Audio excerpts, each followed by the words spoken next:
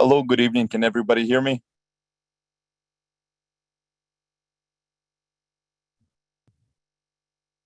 I can.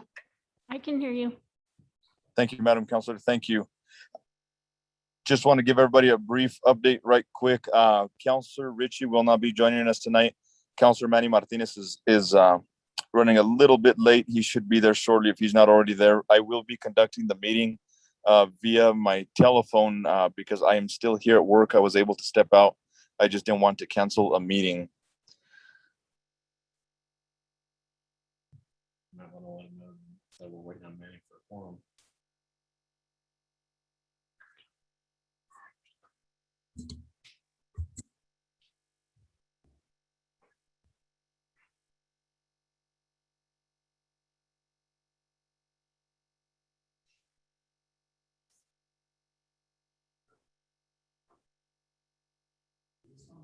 Committee Chair Salazar Torres. This is Victoria. Can you hear me? I can hear you. Okay, I was just gonna say that we're waiting for Councilor Manny Martinez to join. Okay, did you all hear what I had just said, or was I on mute? Yeah, we heard you, but I was just letting you know that Councilor Manny has not joined yet via Zoom Oh, okay, or in great. person. He mentioned he was on his way. He had to get air in his tire. He had a low tire. Okay. Councilor Peggy Sue, did you get my message? I didn't. Did you send me a message? No, I had just stated that if I'm conducting this meeting via telephone because I'm still here at work, I was able to step out for a few, but I don't have access to video. I can't have video here. So if you would like to speak or anything, just go ahead and speak, and that way I don't want to miss you or anything. I appreciate that. Thank you, Chairman Torres Salazar Torres. Absolutely.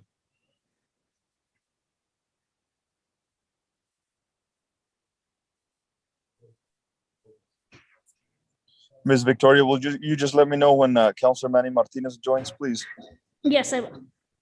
Thank you. Well, there he is. Oh, man of the hour. Man of the hour. Me, no, not me. I was just running on an extremely low tire and I thought, okay, either put them air now or change it later. Justin said he's gonna be calling you.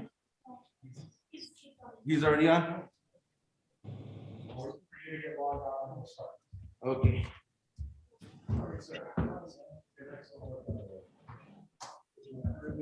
Okay, Councilor Manny has just arrived, so we'll give him a minute to log into his laptop. Perfect. Thank you much. Do I get a gold star? Thank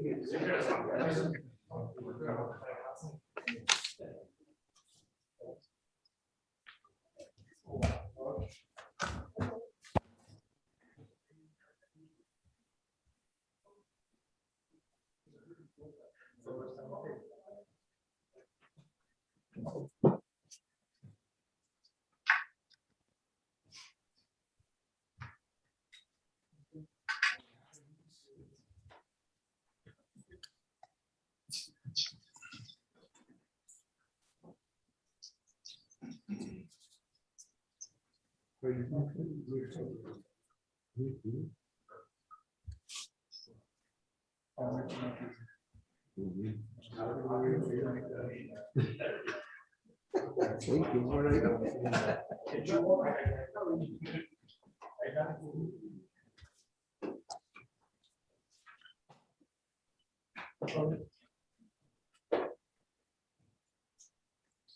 And Victoria, have any of the department heads joined just yet?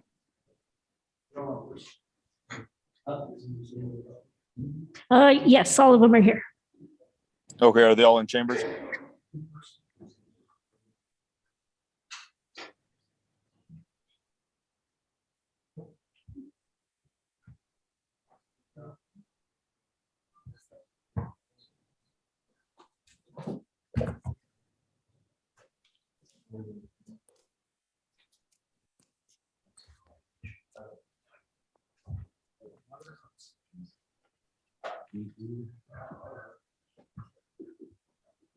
I'm letting me Zoom right now. Make sure your audio is.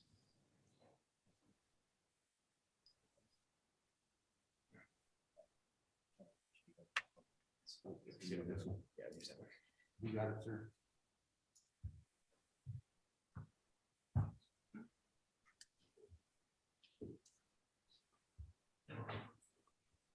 All righty, are we ready?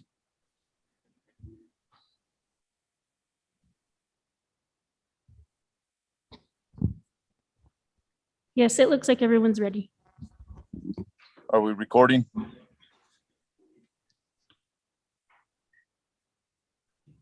Or live, I guess I should say.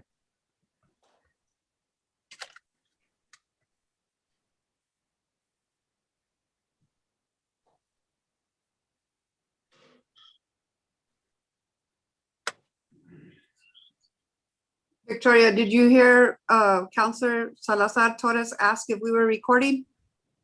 We're just hooking up the YouTube live. Okay, Okay, great. Just making sure. Thank you, Counselor Peggy. yes.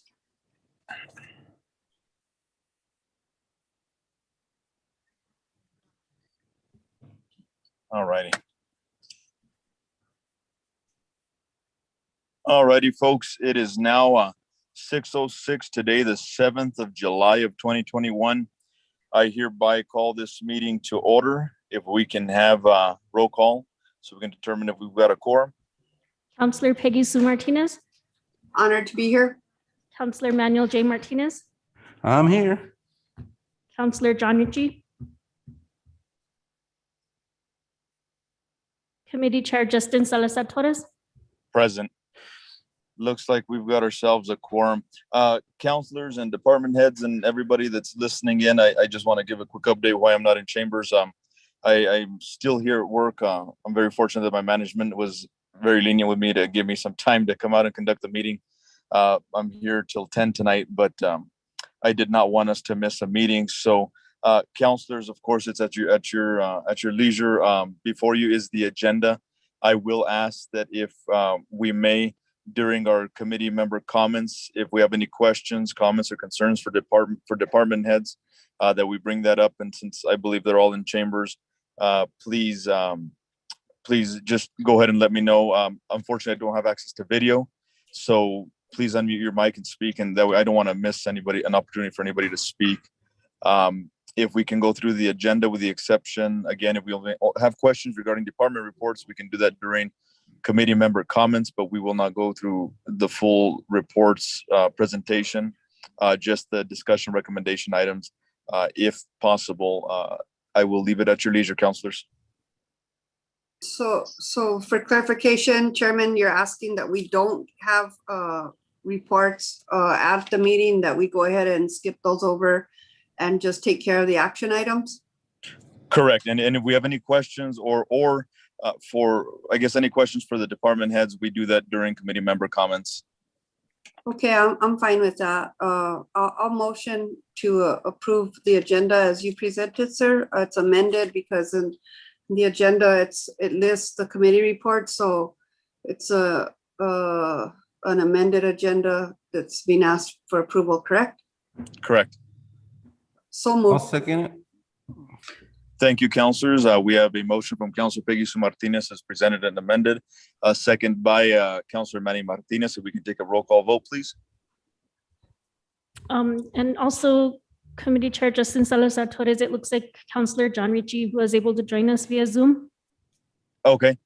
So for the record, let it show that Counselor Ritchie is here. Okay.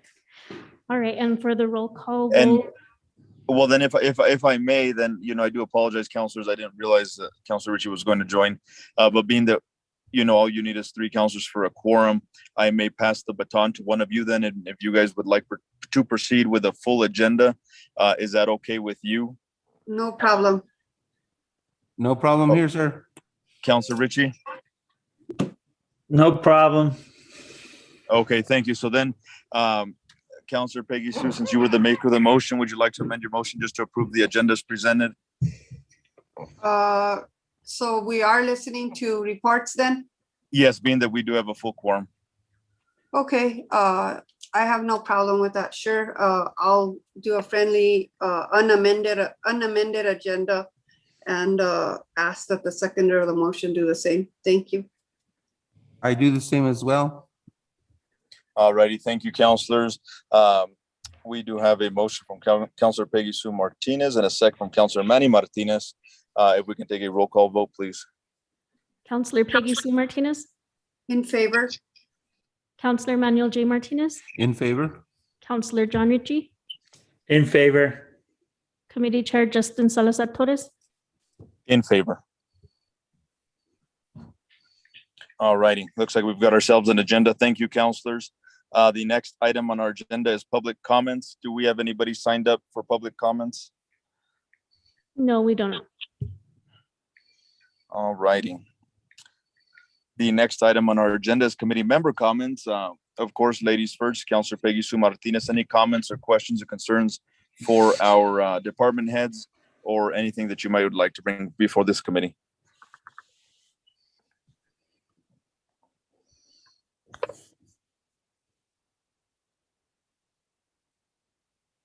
Counselor Peggy Sue? I'm sorry, I didn't realize I was muted. Thank you No, for no letting me problem. know. I've had some concerns from some constituents in District 3, Zuni Lane. That's the street that used to get you to Fairview Lane before they Fairview Elementary, I'm sorry, or Utimio Salazar Elementary, before they opened up the other side where it comes out now, where the Rock Christian Outreach is. So one of the things they've asked is if we could stripe the road, because it's a very wide road, and I guess people drive in the middle of it sometimes, and it's very dangerous because people come in very fast and people are in the middle of the whole wide road. So they asked if we could possibly stripe that road. And then they also asked about speed bumps and speed monitors. And I let them know that they would have to create a petition for the speed bumps, and that the speed monitors is traveling around the community. So just for public safety's information, just know that there is a want for that speed monitor to go up in that area anytime. The other thing that they requested is that we look at the possibility of having the buses not go through that area, since it's a residential area, and have them go out the other side. I know that there was an issue with that at one time, and I don't really know what happened with that. But if we could do a little research on that situation too, as to whether or not those buses can utilize the other entrance and save all of those residents from that, that would probably work out best. And then the other thing I had a concern about is I had a constituent that was involved in she was hit and run at the Walmart parking lot. She called for a report, and the officer was very kind when he went. And I don't know who the officer was, but he told her that they don't take reports on private property, but that she could do it via the internet. So her son's being an IT specialist. He sent me a shot of part of that site where they were doing the report that says this site is not secure. This is not a secure site. And he had a concern because he was typing in like his mother's social security number and things like that. So these are things that we need to look into and find out if that's true or untrue or whatever that is, so that she can be secure, and anybody utilizing that way of getting a police report will be secure. The other thing is that it kicked her out before she was able to complete her report. So I just told her to contact the police department directly and speak to somebody over there in the office, and they would probably be able to guide her on how to go forward with that. But it's something that we need to look into. So if Chief could possibly check on that, and just work with IT, make sure that web page is secure when people are dropping their personal information. Okay, thank you. Thank you, Counselor Peggy Sue. As well as city manager, if you wouldn't mind following through with Chief. I'm not sure Chief is in chambers again. I don't have a view in there, but if we can just address those issues, please. Mr. Chair, members of the committee, Chief Jimenez is in chambers, and he did a copy on those concerns. Great. Thank you all. I appreciate it. Thank you for bearing with me Thank you on my both. technical issues. Counselor Manny Martinez, questions, comments, concerns, anything for the department heads? Thank you, Chair. A question, I don't know if, I know that we've tried in the past different ways to monitor or maintain how we can handle the people that stand in the mediums, especially, well, I know that we've done more trying to handle the panhandling in the mediums, but my concern is there's an older gentleman that right across, or that medium that's right next to CVS. He's there every Wednesday selling the newspaper, and I don't know how many accidents I've almost witnessed, people hitting each other from behind as some person just stops to get a paper. And there's areas right past CVS that he could sell the paper where people could actually pull over to the side and wouldn't be in the middle of traffic. But I don't know if there's anything we can do or look at, because I do have a concern that we already had a person. I think that's just an accident waiting to happen with that gentleman there. Mr. Hubert? Yeah, Mr. Chair, members of the committee, if it's okay, this is Richard Hubler, the planning director. I can address that Absolutely. concern. So we did work with the city's attorney and the Public Works Committee last year to draft an ordinance about median safety, regardless of the use, whether it was panhandling, selling newspapers, hanging out for fun, protesting, what have you. That is currently on hold at the suggestion of our attorney. Albuquerque had a very similar ordinance that is currently in court, and I believe it's now made it actually to New Mexico's Court of Appeals. So they felt that rather than enacting ours, knowing we were going to get some pushback, we would see how it went with Albuquerque's ordinance before we tried to implement ours. But we do have one basically at the ready. We're just kind of waiting to see how that goes in Albuquerque. Okay, thank you, sir. Another concern, and I'm pretty sure that they've probably contacted the PD on this, but I had a few people from the Valley Estates area call me. They actually had some video footage of a person, of course, wearing a mask, walking down the road. And when he basically would follow the postman. So as the postman would put in a box or something in the post office box, the guy would just walk up, open it, and walk away and just keep going. They had several one of them. So I don't know if there's anything we can do in that area to monitor it, to see if we can, kind of find out who this person, if it's the same one that's doing it or if it's different people, sir. On the other hand, I also just want to thank you guys. I'm sure that you had a heck of a weekend with the 4th of July, monitoring all those illegal fireworks that were going up in the air that I enjoyed from my porch. I wasn't one of the ones calling because I was too busy enjoying them. I was like, man, these guys spent a lot of money. I hope they paid their utility bills before they bought all these fireworks. But I just want to commend you guys because I'm sure you guys had a heck of a time monitoring all that. And hopefully, thank God we had a little bit of rain that maybe there wasn't any fire danger. But thank you guys for your hard work out there. That's it, sir. Thank you, Councilor Manny Martinez. Chief, would you like me to yield the floor to you regarding that, or would you like to speak to Councilor Manny Martinez after the meeting regarding the Valley Estates issue? Good evening, Mr. Chair, members of the committee. Sorry about that. Can you hear me now? Yes.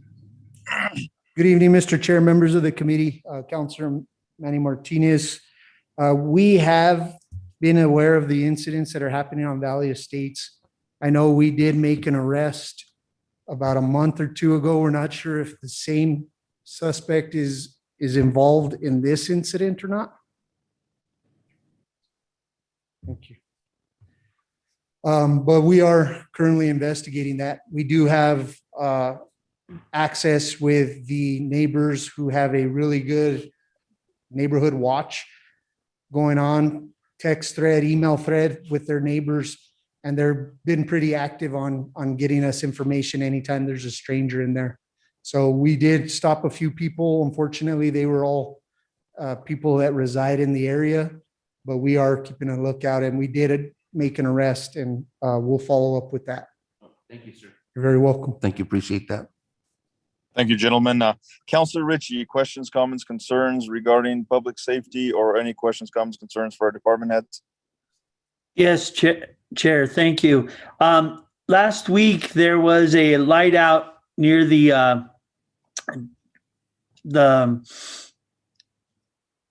trading post off of 284-85. And I was just wanted to know if in the future, especially in key lights, if they're out, if we can get traffic control during peak hours, because in the evening it was backed up all the way to the Shell station, coming from going north. It was backed up. So I was just wanting to make a comment if we can address that next time in the future on key lights, if they cause congestion in during the commute hours. Mr. Chair, members of the committee, Counselor Ritchie. Absolutely, sir. Unfortunately, when we have those outages, we don't know until somebody contacts the dispatch or our officers see those. So we have been pretty quick to respond, and we usually contact streets because we have numerous lights there on Riverside and Paseo de Oñate that we try to maintain traffic control. It just depends on if our officers aren't already on calls, but yeah, absolutely. I know the last time we got the call, we reached out to RASO and State Police to see if they can assist us with traffic control. So we'll continue to do so. Thank you. I appreciate it very much. Yes, sir. Thank you. Again, thank you guys for your efforts. It was a crazy weekend, and seems like we came through without any scars this weekend. So good job. Thank you guys. Thank you, sir. All righty, counselors. Thank you. You got it, sir. Counselors, I will yield the floor again. Anybody have anything else to add during committee member comments? If I may, sir, just one thing. Absolutely. On just, I know the chief's been working on it for the fireworks that's going to be coming up on the 17th or the 17th. And I just want to encourage anybody here, any of the departments, whether it's Project Race or the fire department, the police department, or the courts, if anybody, if any of those departments want to put any type of a presence there as far as a booth, giving out information or anything like that, I encourage you guys to do so that weekend. It'd be a nice thing to have some presence out there of the city as well. Thank you. Great. Counselor Peggy Sue Martinez, anything you'd like to add? No, thank you. All righty. We will move on to matters from the chair. I just want to give an appreciation to everybody that was able to join us for our Public Safety Committee Appreciation Pizza Night for our, I believe is the last meeting. And for those that couldn't, we do apologize. We hope to do it again soon. But we do greatly appreciate you guys. Thank you for everything. And that is all I've got.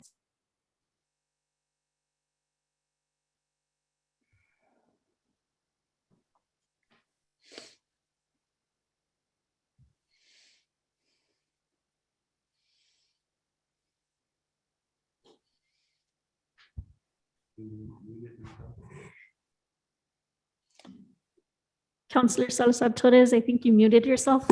We can't hear you. Oh, sorry about that. Did you guys hear what I had for matters from the chair? No, Oh man, I apologize. Here I was going off. Under matters from the chair, I just wanted to appreciate everybody that was able to join us for the Public Safety Committee pizza party that we had, the appreciation pizza party. We appreciate you all. And for those that weren't able to join, we hope to do it again soon so we can have everybody together. And that was it for matters from the chair. The next item on our agenda, and I do apologize for that, is the approval of the meeting minutes for May the 5th. Counselors, Motion to approve?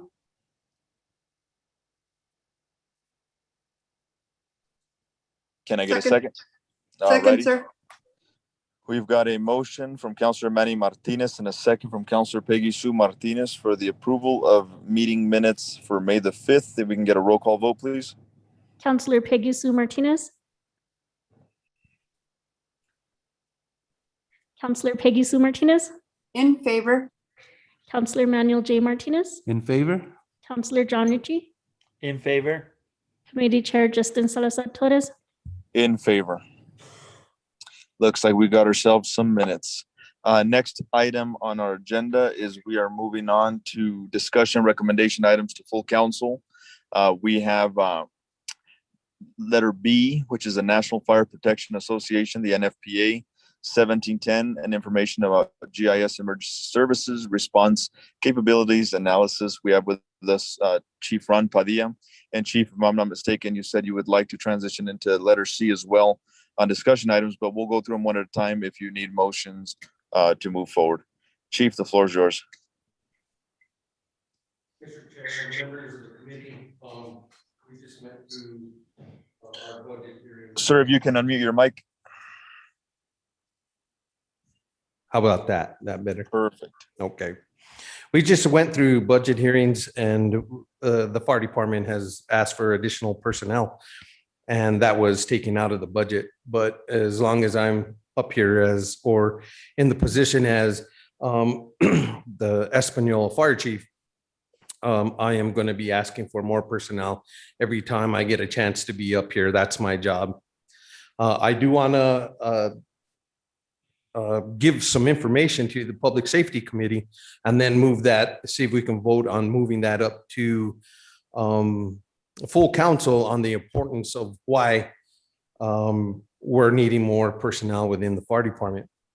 I'm going to start off with there's C and B. I'm going to start off with a letter from a fire chief that went to OSHA, and they were speaking about, you don't have that up there. Okay. They were talking about what we call the 2 in, 2 out rule. And we're going to go transition into what we are and the response that we're giving to the city of Espanola here in a minute with the NFPA 1710 and OSHA 1910-134 staffing. So a letter was written by a gentleman asking about staffing levels or the 2 in, 2 out rule. And let me explain that just real quick is we are required to have 2 men ready to do an entry on a burning building with 2 people waiting outside in gear, monitoring them. So this will give a little more information to it. The safety of firefighters engaged in interior structural firefighting is a major focus of paragraph G and 4 of the 1910-134 of the OSHA respiratory protection standard. The provision requires that at least 2 employees enter the immediate danger to life and health. And it says employees because this does reflect on any type of respiratory protection that you do have on as well for confined space, or you're going into any area that needs respiratory protection. It also requires that at least 2 employees be located outside the IDLH atmosphere 2 in, 2 out. This assures that the 2 in can monitor each other and have either visual contact or voice contact at all times. Or they're touching each other with no visibility at all. The other assists the equipment failure and entrapment of hazards. The guys that are outside, if there's a hazard, they can go in and rescue the people that are in. We don't have that right now. Can monitor those in the building, initiate rescue, and call back or call for backup. One of the 2 can be assigned to another role, such as incident commander. So basically, what we have is what we're doing with the fire department is we are having what we call a working command. So the person that incident commander usually stays out, commands the scene, but we're having a working command and either or running that engine. So that only leaves 1 person outside. The 2 out provision of the standard is not a change of OSHA prior respiratory protection standard, which requires standby firefighters whenever respiratory were used in immediate danger situations. The 2 in requirement for firefighters, which do not question, was not required by the prior standard, but is consistent with OSHA. As well as situations described there, OSHA has received reports of a number of incidents in which the failure to follow 2-in, 2-out procedures has contributed to firefighter casualties. In Lexington, Kentucky, one firefighter died because we weren't following that rule. The second case was learned of 2 firefighters who died from smoke inhalation from toxic fumes while fighting an accidental fire in a home because we didn't have the 2-in, 2-out rule. Because of these cases involve situations that are typical of these faced by firefighters, we expect that there are additional instances of firefighters who have been saved for using this rule. So this is very, very important, and we are not doing that at this point. So what I'm going to mention is that we have not, within the fire department, have not hired additional personnel. I was talking over with Lieutenant Johnny Martinez. Since 2007 or 8, we have not added additional personnel to the fire department. So to grow this fire department to be safer, we have not done that. That is happened in the past. But like I said, as long as I'm here, I'm going to keep on pushing this issue.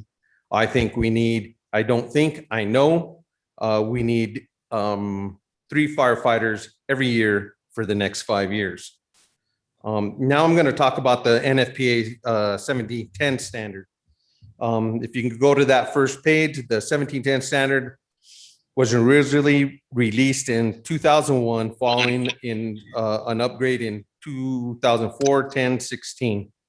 The standard is applicable to all career fire departments and to provide minimal staffing standards. We don't come close to that. In 1710 addresses structure fires in 3 levels. It's a low, a medium, and a high. So we got different alarms going on. If it's a residential structure fire, it's a single alarm. If it's anything over 3 stories, it's a second alarm. And if it's anything over up to 3 stories, it's a second alarm. And above 3 stories, it's a third alarm, which is requiring us to have additional personnel as well as pumping over 3,500 gallons a minute, having 3 engine companies on scene. The standard addresses fire suppression, EMS, aircraft rescue, which we don't have, but that might happen if they do something with the airport in San Juan. So where I'm trying to get with this is that we're not meeting those standards. So we're going to get into that standard now. A company is defined as a group member or direct supervisor, trained or equipped or performed assigned tasks and special operations. Exception to company arrived on the apparatus is a multi-apparatus assigned dispatch and arrived together. So when we get into some of these heat maps here in a second, an initial alarm is personnel, equipment, and resources are really dispatched upon notification of this structure fire. Alarm answering time, that means they give it out to us within 15 to 40 seconds. And it has the percentage there next to it. Alarm processing is 64 seconds to 106 seconds. From your timeout should be 60 to 80 seconds out of the station. And your first engine should arrive on scene. We have a 2-man engine company and a 2-man rescue company. We're supposed to have 4 men on it, firefighters on an engine. And we're supposed to be at any structure fire within the city within 4 minutes. First engine arrives on scene within the 4 minutes. An initial full alarm, low, medium, or high. We should have an additional 4 people within 4 minutes. So that's 8 minutes to have people on scene to take care of this structure fire.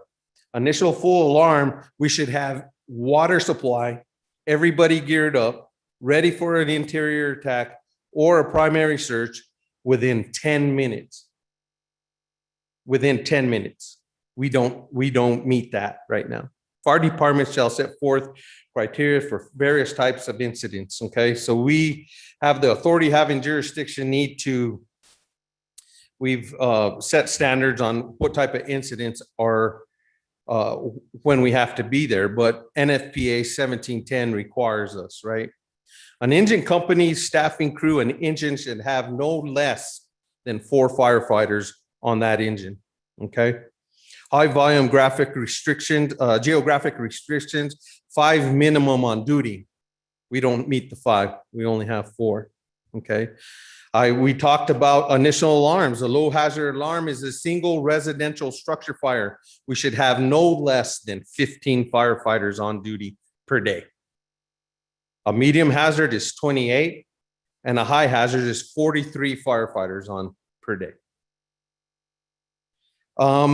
So the minimum, I won't go into the EMS portion of it. If you will go up to current emergency response capabilities, where we have Station 1. Station 1, we have a 3-man engine company that drops down to a 2-man engine company when somebody's on annual leave. And then we have out of Station 2, La Jolla, 2 firefighters on a rescue company, which we've been covering EMS calls due to the high volume of Espanola Valley EMS, their high volume of calls. So then it trickles right down to us. This is our current staffing level.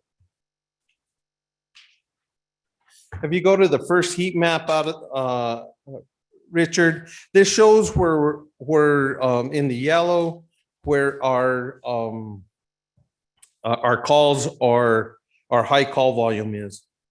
The above map displays Espanola Fire Station location and incident demand concentration from January 2017 to March 10th, 2021. The highest concentrate of incidents were approximately half a mile to 0.6 of a mile southwest of Station 3. If you look up there, that's Station 3, that's La Jolla, that's a non-manned station. Areas with high incident concentration align with higher population density areas. If you go to the next one. This is incident location with response area, emergency 2 in, 2 out. Responsibility capabilities, minimum 4 firefighters within 4 minutes. Current staffing and deployment. Okay, this is what we do right now. The objective of NFPA 1710 requires the first apparatus to arrive on scene of the incident within 4 minutes of travel time to 90% of our incidents with 4 firefighters per company. That means 4 firefighters per engine. Map 6 reflects incidents that occur from January 2017 to March 10th, 2021 that could be reached with a minimum of 4 firefighters within 4 minutes of travel times or less. And we're not attending to other calls. With the current deployment using geographical information system, we have concluded that we only meet that 5.3% of our responses. Historical incident location in Espanola could be reached with a minimum of 4 firefighters within allowable 4 minutes for that current, from those current fire stations, 5.3% of the time. Emergency 2 in, 2 out operation, minimum of 4 personnel within 4 minutes, current staffing and deployment. Map 7 identifies these roads within the department's response area where a minimum of 4 firefighters can assemble on scene within 4 minutes of travel from all stations. Currently, the fire department can only assemble at least 4 firefighters 2.1% of the time of the roads within our response area.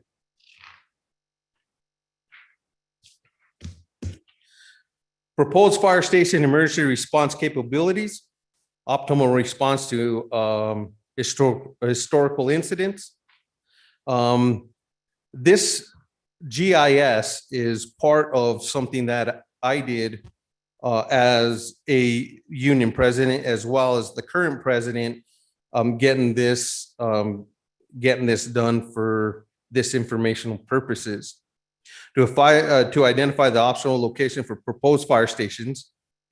The current stations, the locations of historical incidents were geolocated to establish reference point for analysis. So what we're going to go into now is how much staff we should have and where our fire stations should be located. The location, there's two different locations for a new fire station. One is at 1229 Fairview Lane. That's just through GPS, as you can see the coordinates that are up there. So what we're saying now is we have Station 1, 4 firefighters per engine, which meets the standard. We have Station 2, we have 2 firefighters on a rescue company, and then we have 2 firefighters on an engine company. And then at the new response out of the with a ladder truck, we have 4 firefighters on a ladder company. So as you can see that on the next map is what we would be providing to the constituents, your constituents within the city of Espanola, our visitors, as well as people that are coming into town on an impact day, which is probably a Saturday or in the evening to do their shopping. Map 8, this is map 8, reflects incidents that occurred from January 1, 2017 to March 21st, where a minimum of 4 firefighters could likely assemble on scene within 4 minutes of travel time, assuming units are available to respond immediately after dispatch. From the proposed station, a minimum of 4 firefighters could likely assemble on scene 88.2% of the time with the additional staffing. If we go and if we had the additional staffing on this next map, we would meet assembling 4 firefighters on all these roads within 4 minutes, 82.4% of the time. That's 3,870% increase from the current capabilities that we have right now. The next placement on a station would be north on Riverside at the north end of town with the same firefighters. A 4-man engine company out of Vietnam veteran out of the main station, a 2-man engine company out of La Jolla, and a 2-man engine and a 2-man rescue company, and a 4-man ladder company. According to NFPA, we have to be able to rehab our own people. That's why we have a rescue company, which is an ambulance. We have to be able to take care of our own people. So if we had a fire station, you go to the next map, Richard. If you go to the fire station that is placed on Riverside, north of town, up on top in the pink, with the same staffing, we would meet for response 4 people within 4 minutes, 88.6% of the time, which is an increase of 1,587%.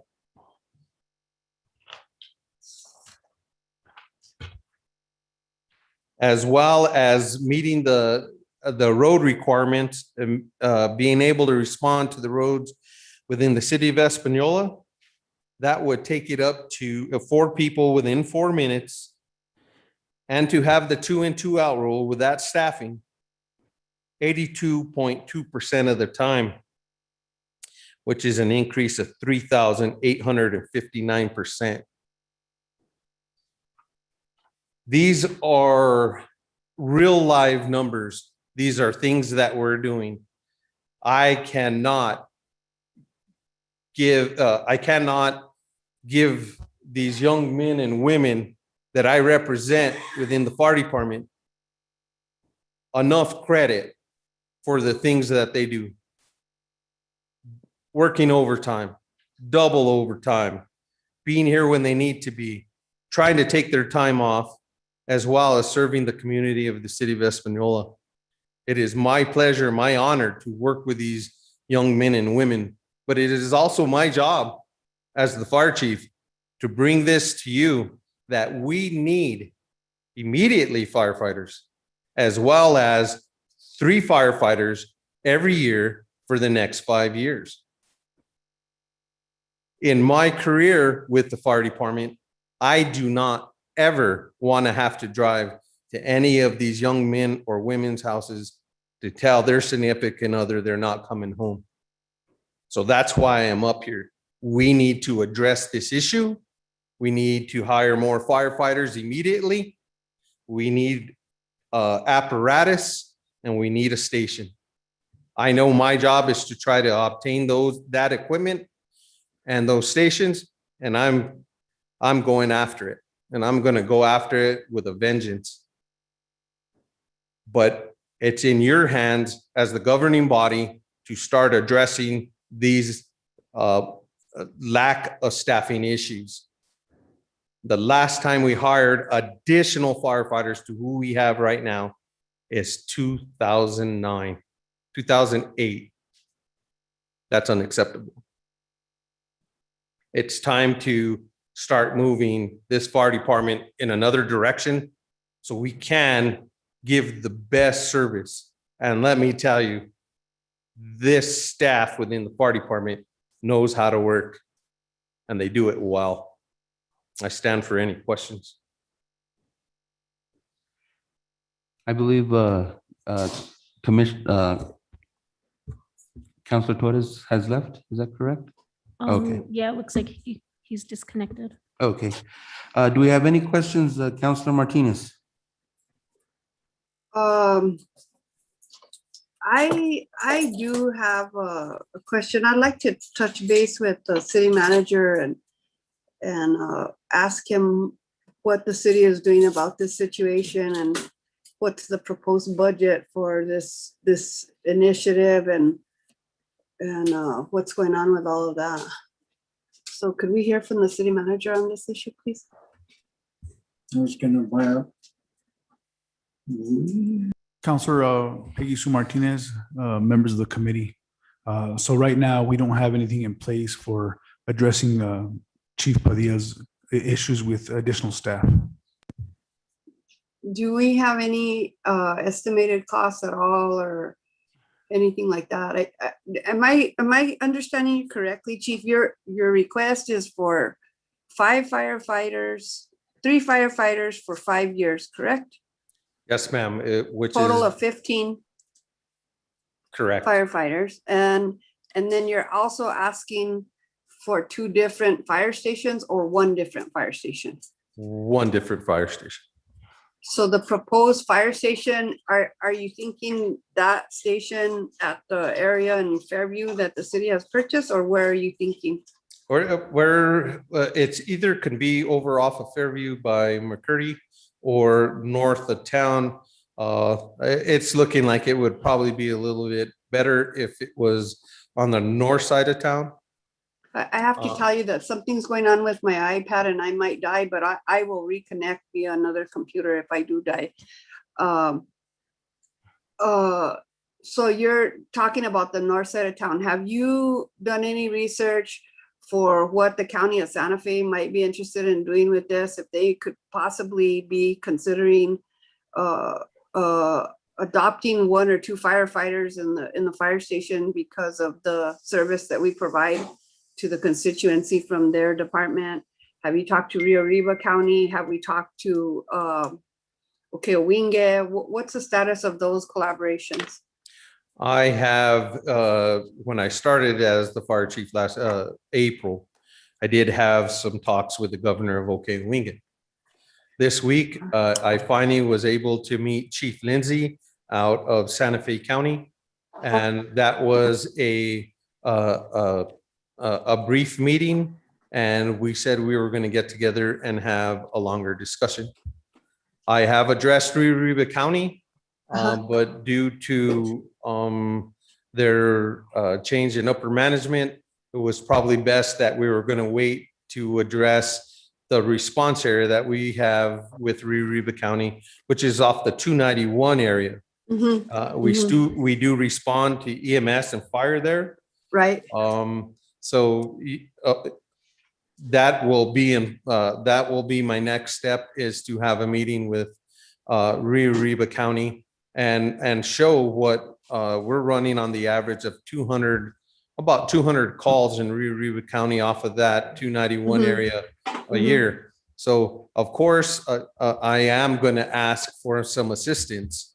I've been speaking with the state fire marshal also on what we can do with as a city. Been working on the automatic aid agreement with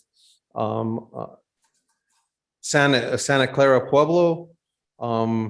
So the average 3 firefighters is about 204,000 a year for 3 additional firefighters.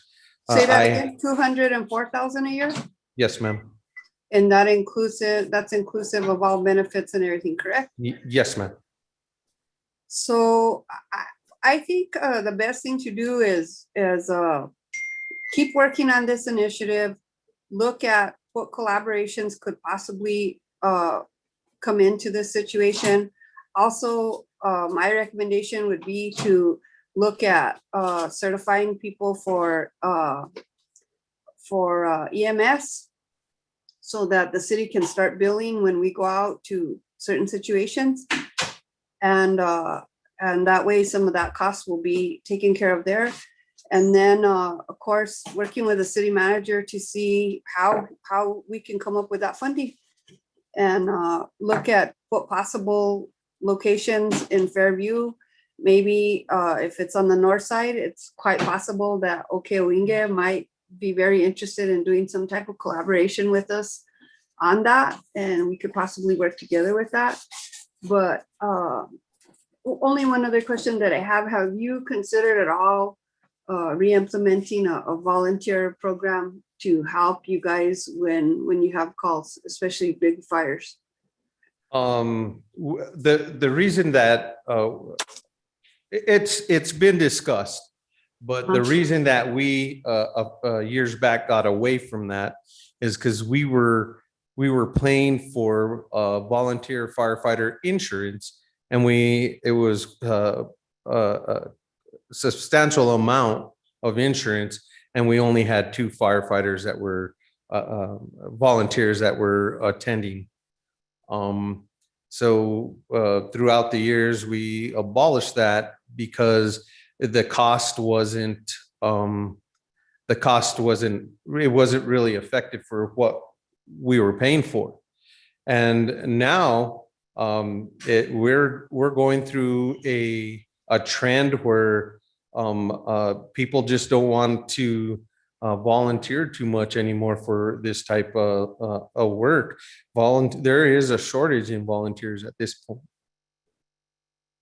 I'd be interested in finding out if you threw a net out there, what would hit on that too. I think it's worth a try to try and create a safer environment, especially maybe not like long-term, but short-term for the meantime while we grow your department. I think that would be interesting to see if we could try something like that. Those are just my suggestions. I think you're on the right track. I think you're presenting things that you really believe in, and I would like to see some numbers, like some real numbers, and possibility of what area, what building, what the costs of that are, and then of course hearing from Mr. Martinez in the city manager's office as to how he feels that could be implemented. Thank you, Chief. Yes, ma'am. One more thing, Counselor. We did put in for the safer grant for 3 people. Now we have the State Fire Marshal's office has a nice grant services that are going out this year. It's bigger than it's ever been. of, I believe of about 21 million, and there's not a, you can apply several different times for several different things. So thanks to Diane, we got that safer grant in. We just haven't heard back from that for 3 staffing. So I'm working on it as much as I possibly can to find out where these people are going to come from and where we can pull that money from. Okay. Thank you, guys. Councilor Ritchie, do you have any questions or any comments, sir? Thank you, Councilor Manning. Question is just pursuing, what's the option of pursuing the Pueblos in funding? And since we cover them, but tying them under us, under our department, but looking for their funding, what's that option? Well, from several, last year's conversation, they wanted some type of coverage. So of fire suppression coverage. Fire suppression coverage on the Pueblos, and we have to follow state mandates. Where's the, Sometimes they have their own rules on how to do that. So that would definitely be a work in progress. But then that's going to expand our response area. Our response area right now is the borders of the city of Espanola. But But if there's things we they could talk have the about also. funding to develop the departments, and we have some agreement that we're training, we're, as you say, take charge of it.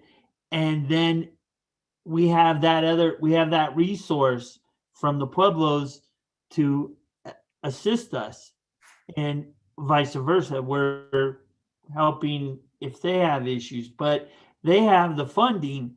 I would think they have the funding to develop a department, stations, equipment, staffing, and we come up with a working agreement to train and to manage, basically. If we can come up with some kind of agreement. Counselor Ritchie, members of the committee, if Sandoval County and Santa Ana can do it, we can do it. It's just all about communication and following the rules. So that's what I'm here for, is to look for that money and try to build this department bigger and better. If that's truly viable, then I asked city manager of, putting together a team, be it with counselors and staff, to pursue that, because it seems like that could be a greater impact and quicker, if possible, through the feds. And is that possible? Council Ritchie, this is Javier Martinez. Yes, So I guess I'd like a little bit of a clarification. So you'd like to see about getting a committee together?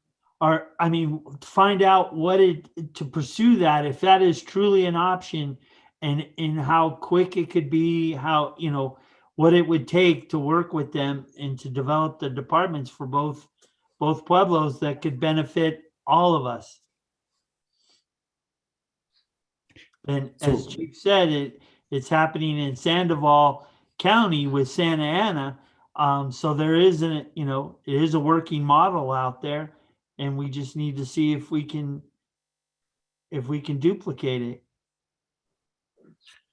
I guess I can get with Chief Padilla and see, I guess, what in Sandoval County, how that was working for them, because I'm for researching other departments and how they work instead of reinventing the wheel. But I can get with Chief Padilla on that one.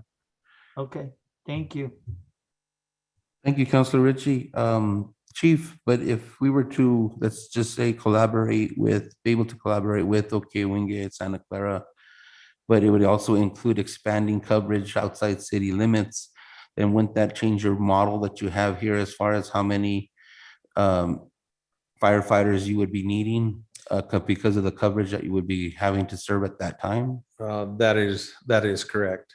We would be, if we expanded our coverage area, there would be not just the casino that we have that has been deemed our building by Insurance Service Office.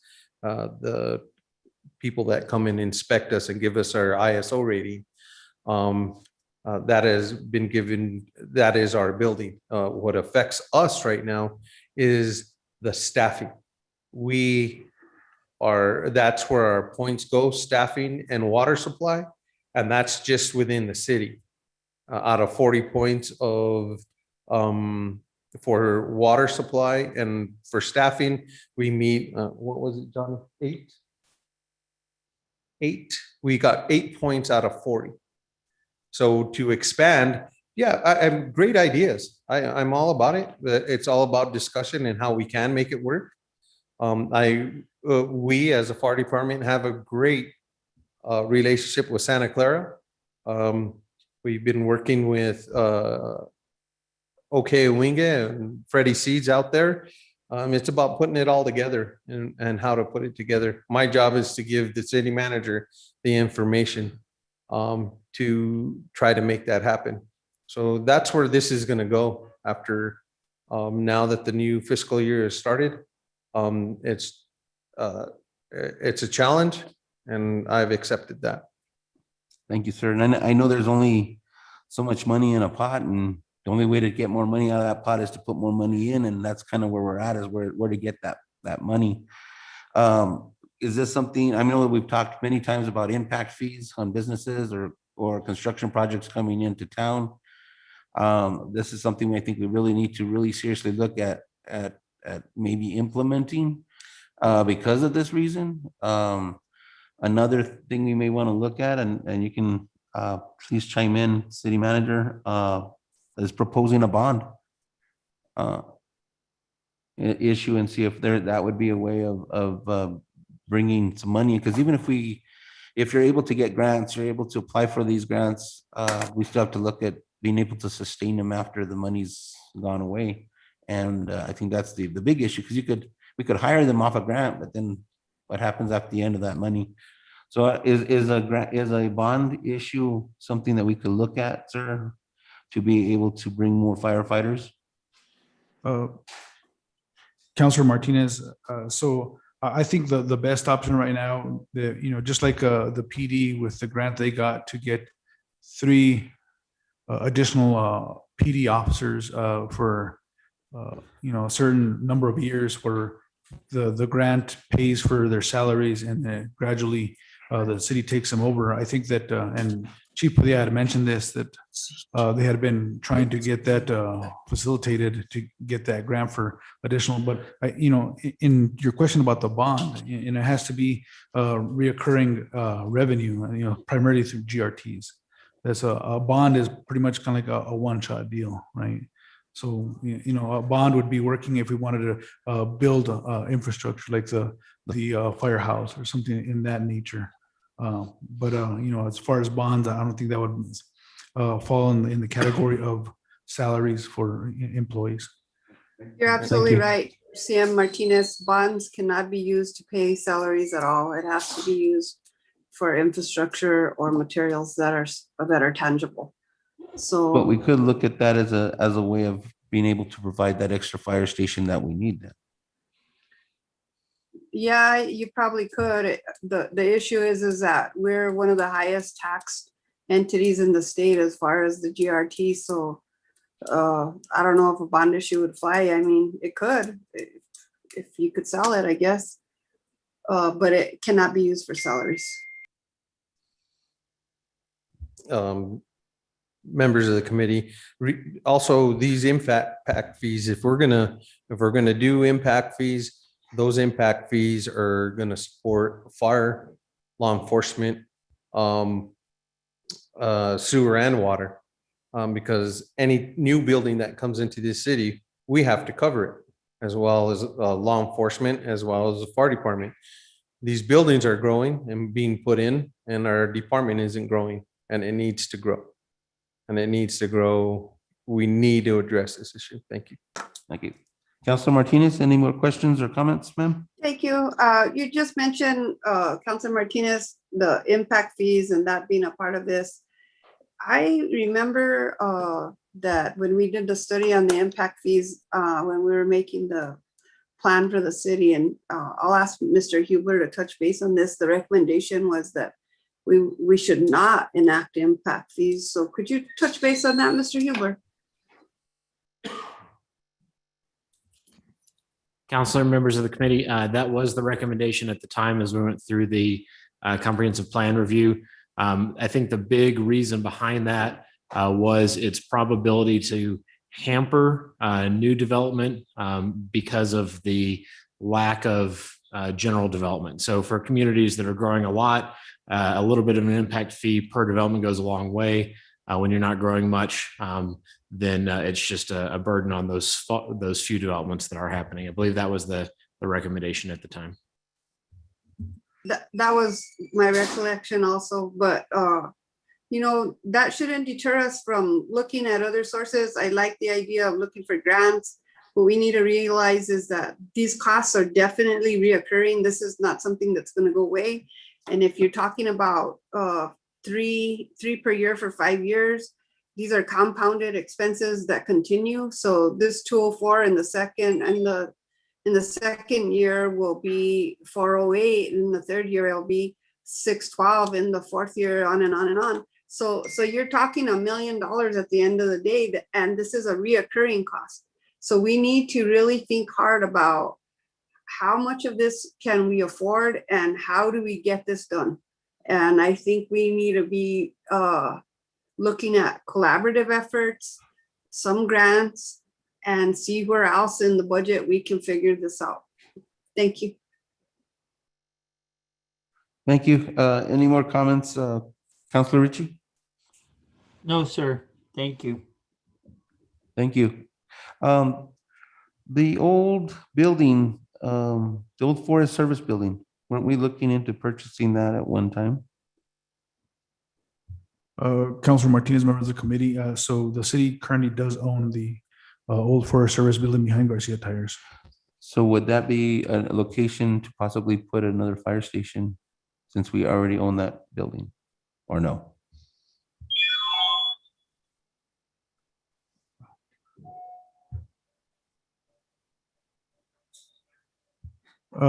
Councilor Martinez, members of the committee. So that was, I guess, proposed, as a plan. The only thing about that is that the minimal property available. So I know the talk was looking at maybe collaborating with Okeowinge to the north because they have that rectangular long strip of property that borders that piece of property. But I believe that Garcia Tires has made an agreement to take over some of that, if you have noticed on that as well. The other option is, I believe there's a vacant property to the south right behind the Dollar Tree in Route 21. I believe you're familiar, off of Carr Lane. There's vacancy there as well to maybe open up an entrance and egress for that piece of property to allow emergency vehicles. But, that was some of the talks. Unfortunately, that's, purchasing property is a big issue. But, that facility would possibly work, with quite a bit of a remodeling and work to it. But like I say, that the thought was there, but the funding hasn't been available for that. Thank you. Thank you, sir. Well, the interesting topic that we know what we need to do is just trying to find the funds that we need to get it done. So I think we have a lot of work that we need to get doing, starting with grant writing and see what we can find out there as far as monies. Sir, and then of course, collaborations with our neighbors to see how we can get this moving along.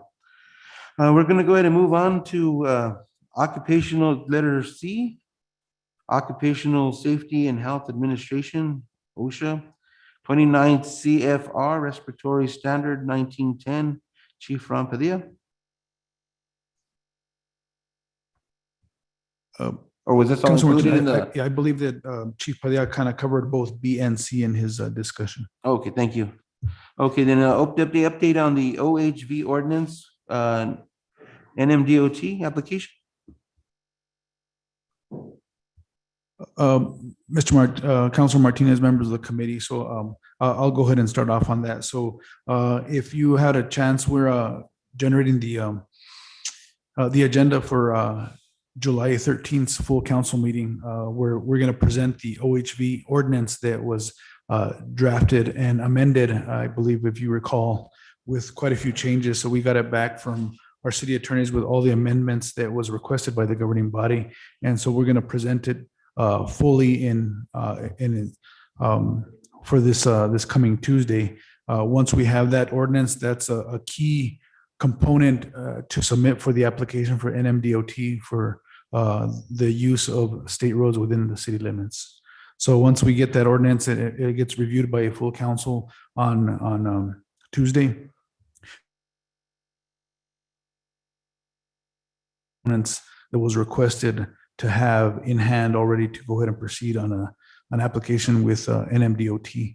Another request, and I think that I have been talking with Lieutenant Jeremy Apodaca and of course with Chief Jimenez about coordinating with the community, because also it's one of the recommendations in this application to have a joint communication with police department and members of the community to make a determination on what state roads would be submitted in this application. Okay. And that's what I have, but I'll yield the floor to Chief Jimenez if he has any additional information. Go ahead, sir. Good evening, Councilor Manny Martinez and members of the committee. We don't have any other updates at this time, sir, other than right now we're coordinating with Mr. Nathan Ortiz and the OHV community. They wanted to put together a public announcement and sort of a commercial that we're going to be working with them this weekend to shoot or film at the Lowe's parking lot. So we're putting our police department in there, and he's going to put together an announcement from the community so we can kind of educate the community and the OHV riders. So that's something that we're working on as we speak. But like city manager said, there's really not much we can do until we get that ordinance passed. Any questions, councilors? Councilor Martinez? No, I'm just looking forward to moving on this. I'm concerned because I see some of the vehicles on state roads, and I'm concerned because I really feel like the community is right in the middle of this whole situation, and they really want to see this go. And I understand that totally, but at the same time, I understand the limitations that we're under as a community as far as what we have going so far. So anything that we can do to push forward in this situation is a good thing, I think. So we should try and do this as quick as we can. Thank you. Thank you, Councilor. Councilor Ritchie.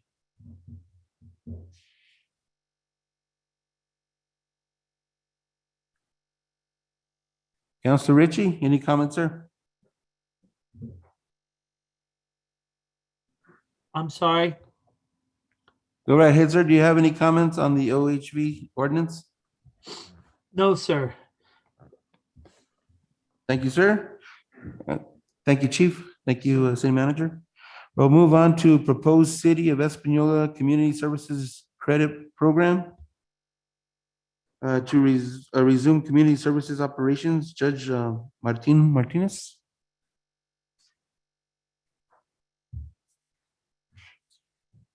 Good evening, Mr. Chair.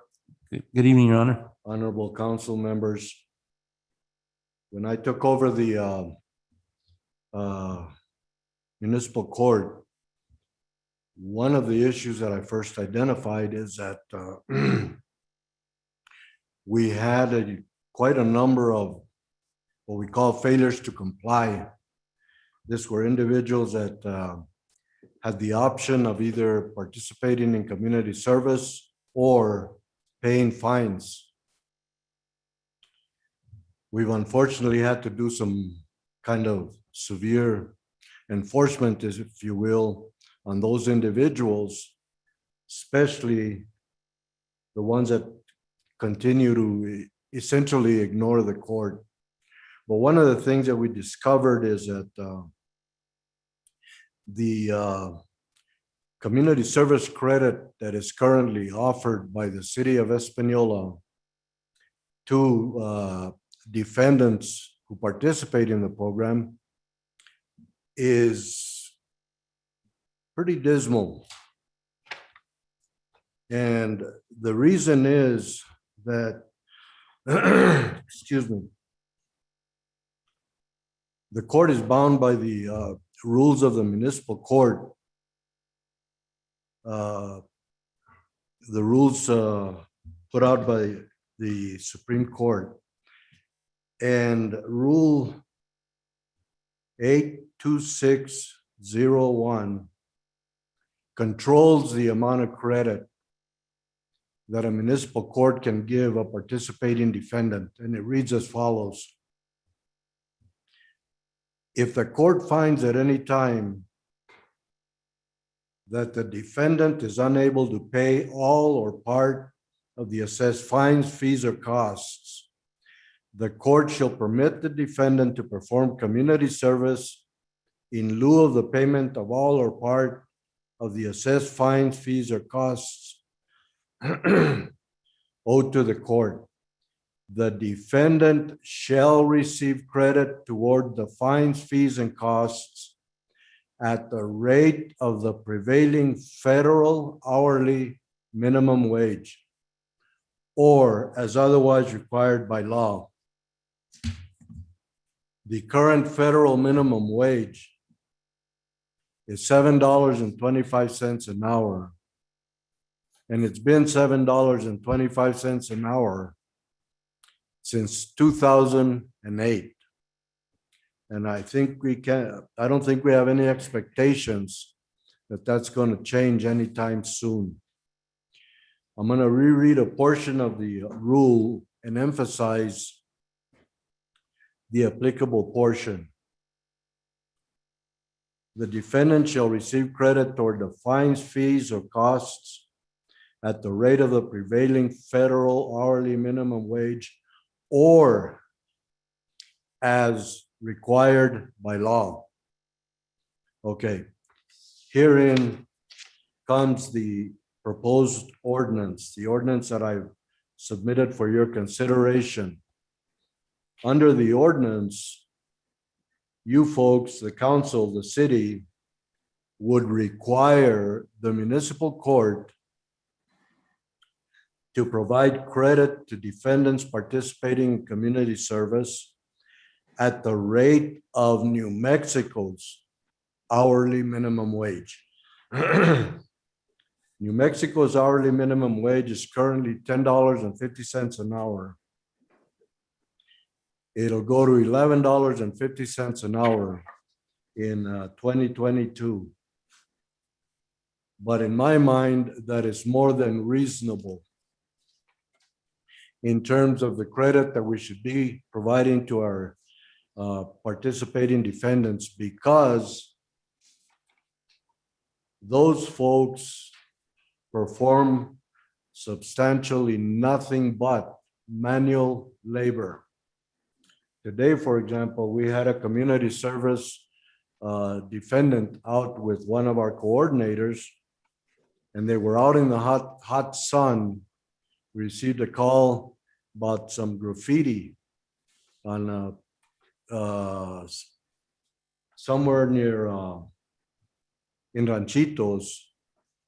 They had to essentially set aside the project they were working on outside, come back to the office, take the equipment they needed, go back, and again in the hot sun, perform their services to eliminate that graffiti.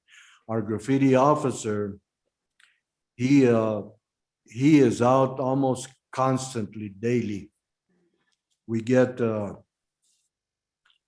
he'll repair or fix areas in the city, and within a day or two, he's back sometimes in the same area. I raise that point because we are using some of our community service personnel to assist with the graffiti program. going on with the regards to the ordinance.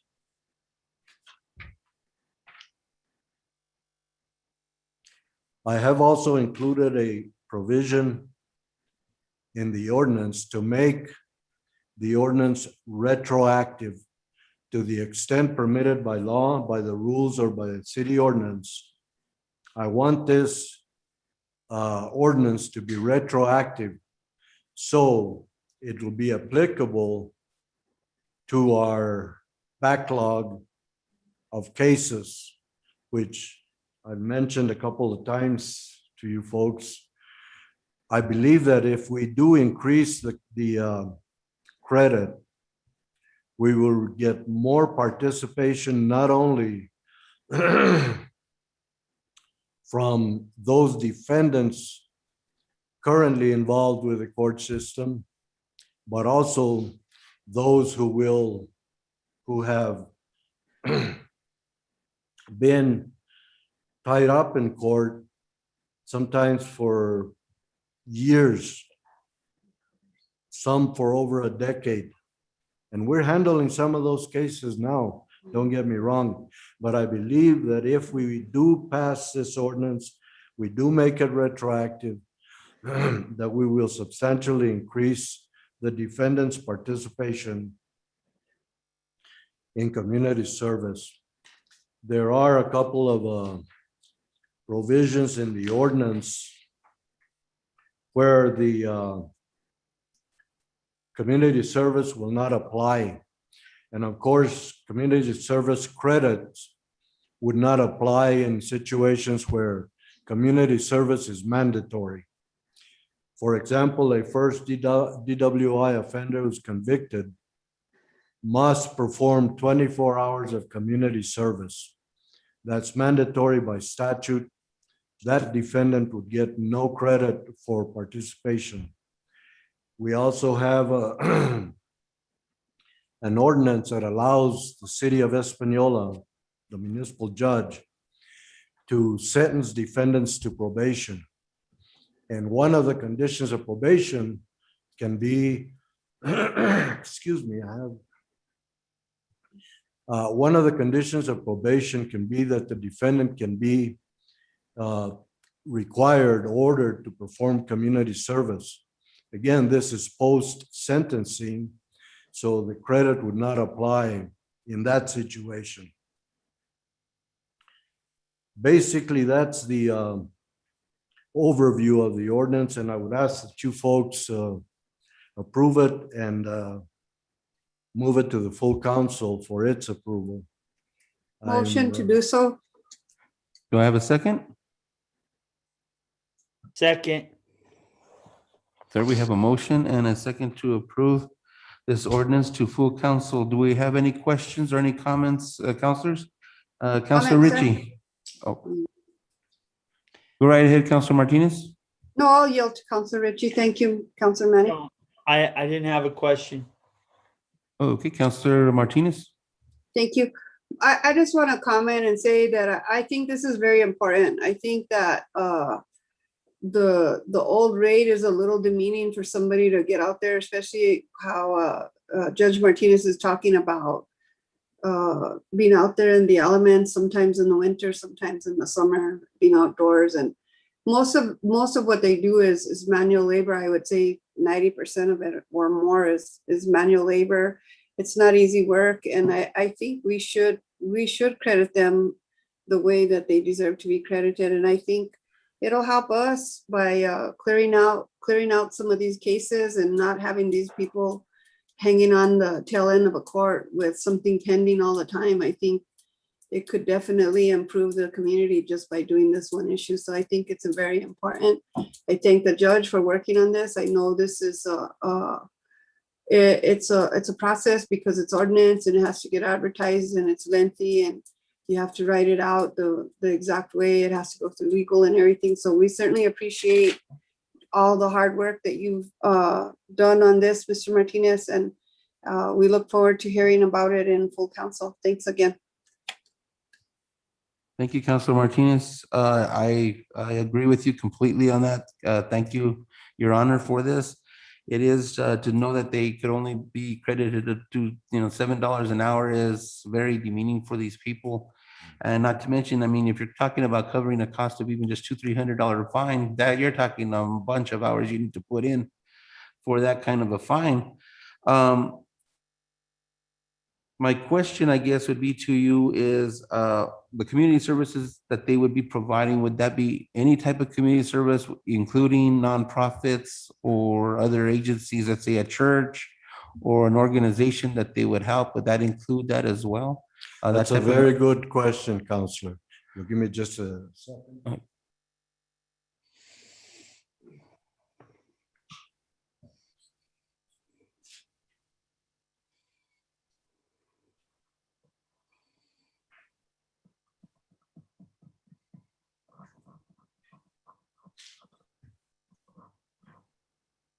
In addition to preparing this proposed ordinance,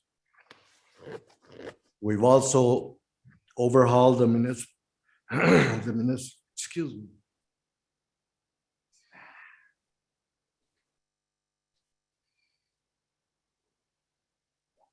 We've overhauled the community services program at the court, in addition to reopening it full-time.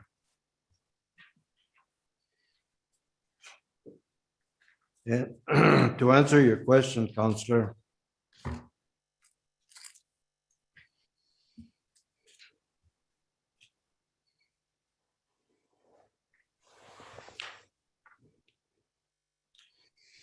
we've incorporated the city's own ordinance with regards to our community service. Section 120, Ordinance 416 reads as follows. Community service means any labor that benefits the public at large or any public, charitable, or educational entity or institution. Great. Thank you. Thank you. Yes, sir. Any further questions? Okay, with that, let's have a roll call vote. Counselor Peggy Sue Martinez, In favor? Counselor Manuel J. Martinez, In favor? Counselor John Ritchie, In favor. Motion moves. We put motion to full council. Can we put that on the next council's agenda, sir? Absolutely, Counselor and members of the committee, if I can have Miss Victoria Gallegos to send an email to our city clerk to go ahead and start the process to advertise that in our papers for that ordinance. Thank you, Your Mr. Honor. Chairperson, council members. Appreciate it. Thank you, sir. Thank you, Your Honor. Okay, we're going to move on to department reports, planning and land use report, sir.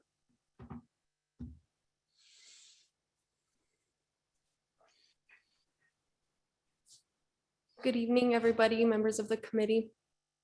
What I'm gonna have Victoria do is just put up the PowerPoint with our current stats and let you take a look at it. And I'll be here for any questions you have.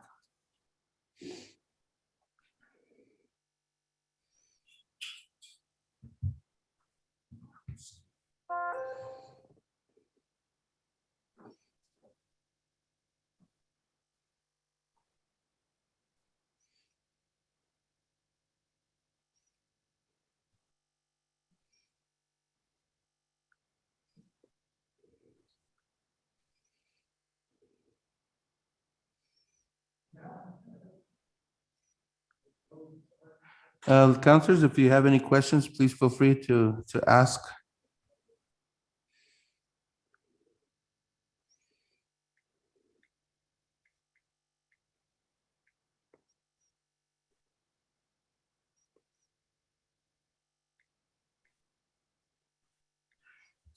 Just a quick question. Is there any areas that is in need of cleanup as far as because of the homeless thing in any of those areas, campouts, that kind of stuff that happened in the Ranchitos area? So as far as I know, actually Ranchitos isn't too bad, but The one that's happening on North Monterey, I believe, is getting taken care of. The homeless camp. Yeah, that's I'll let Director Hubler inform you on that. Thank you, committee members. So the homeless issue is an ongoing problem, as everyone's aware. We worked with the police department and former community services director Scott Frost, who had taken the lead on homeless issues, and city manager Martinez to determine that the property that's currently being occupied at the end of Monterey Lane, south of Fairview, is currently the last owners of record are now deceased. The discussion I had with a relative that does own neighboring property. She's not done anything to probate it and appears to have no interest to do so, given obviously the challenges. One of them has a lien from the city for the demolition of that house at 750 in the amount of about $40,000, which would have to be taken care of, certainly. And then, of course, both of them are seeing squatter and homeless activity now. So without the property owners to help the police department, is my understanding, to help the police department kind of prosecute the trespass, we're rather limited to what the city can do. Certainly dealing with, any criminal activity that's happening, and the police department's out there repeatedly, and I'm sure the chief can speak on that. As far as the planning and land use side, there's no structures on the property. There's not much else we can do to impact the property. And then, of course, the bigger issue is that, we've had some residents ask about installing portalets to deal with, the inappropriate sanitation, or to install dumpsters or trash cans to deal with the trash. And the concern, obviously, is if we do that, then we may be enabling that kind of activity to continue. So at this point, it's kind of in a holding pattern until something changes. And we're dealing, like I said, with the city is dealing with the kind of any criminal activity that might be occurring, but there's not a lot of other choices we have. And I'll defer to the city manager, our police chief, if they have anything more to add. Thank you, Mr. Hubler. Councilor Martinez, member of the committee. So, as Mr. Hubler said, it is an ongoing issue with that homeless camp set up on Monterey Lane. We have had multiple calls, complaints about the nuisance, the trash, and illegal activity that tends to happen around that little community that has set up there. And as Mr. Hubler stated, that we even reached out to the county to see as to who other maybe next of kin of these properties are, with no success. Mr. Hubler did discover that those two properties have quite a bit of accrued money in back taxes, and we asked the county if this property is going to go up for auction anytime soon, but it's ultimately up to the state to make that determination. But both of these properties are over $6,000 in back taxes on each, and of course, one of them we have a lien on them for over $40,000. So that's another issue there as well. I do want to make all counselors aware that are here tonight that had an individual contact me yesterday, very upset in regards to this issue, and that this individual is going to be present at Tuesday night's council meeting to be signed in as comments from the public to discuss this and address it to the full council. So I just want to bring everybody aware of that. But like I said, we're working with that. We're actually working with the county, police department, and with the planning and land use department to find out, see where we go from here. We've also reached out to Pathway Shelters, the Pathway Shelter on this, and we've actually made contact with Mr. Ralph Martinez and see what issues or what things that we can come up with to come up with a resolution on this. But right now, it's an issue. We haven't come up with a solid solution yet, but we're still working on that.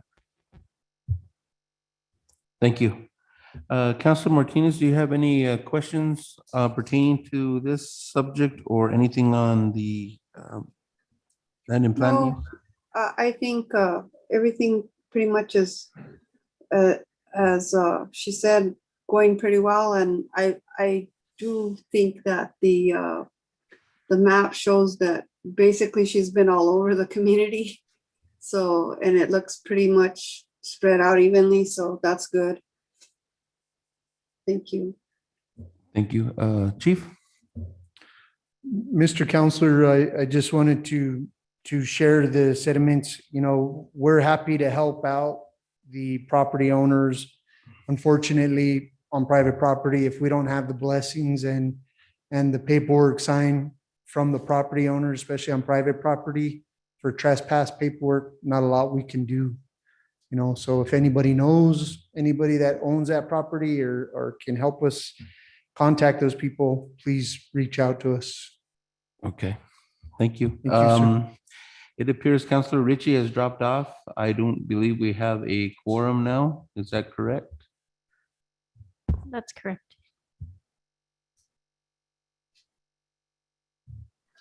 Okay. I don't think we require a quorum to continue, Counselor Manny. It's all just reports. Since there's no votes, yes. Go right ahead, Everything continue. has already been taken care of as far as action items, correct? I believe so. Then we'll go ahead and continue with reports. Go right ahead, ma'am. So if any other members of the committee have any more questions for me? No, ma'am, I don't believe so. Counselor Martinez, any more questions? No, I think everything's good there. Thank you. Thank you. Good job. Keep it going. Okay, we'll move on. We'll continue with Project Race.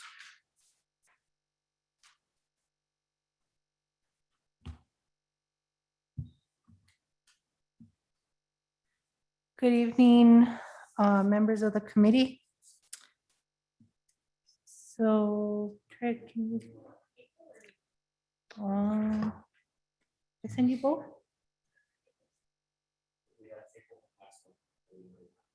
So I guess, yeah, put them both up. Yeah. So on the screen, you have our stats for April. And then I believe we have stats for me as well. So I'll stand by for any questions. Any questions, Counselor Peggy Sue Martinez, or any comments, ma'am? I would just like Ms. Valencia to just elaborate a little bit on what's going on with the school supply and the backpack drive. I know she's been really working hard on that, and I think it's going really well. So if she would just elaborate on that and for everybody, that'd be good. Thank you. Thank you, Counselor Peggy Sue. So the backpack event, for those of you that don't know, we are hosting our 3rd annual City of Espanola Project Race School Supply Drive and Backpack Giveaway.